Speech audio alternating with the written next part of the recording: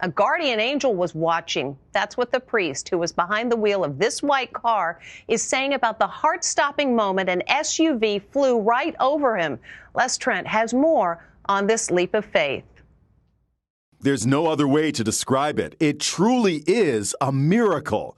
A heart-stopping moment as an SUV goes airborne, flying over a car driven by, you won't believe it, a priest on his way to church. I do believe it's a miracle, and that God's hand was in it some way. 87-year-old Father John Bach was in the white Hyundai on his way to 9 a.m. Sunday Mass.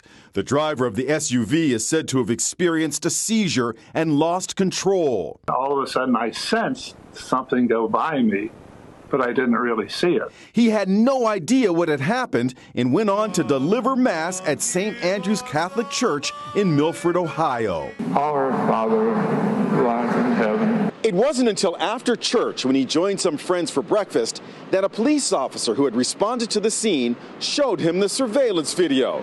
What did he think? Oh, my God. OMG is right. Father Bach is not only a priest. For 18 years, he taught high school physics.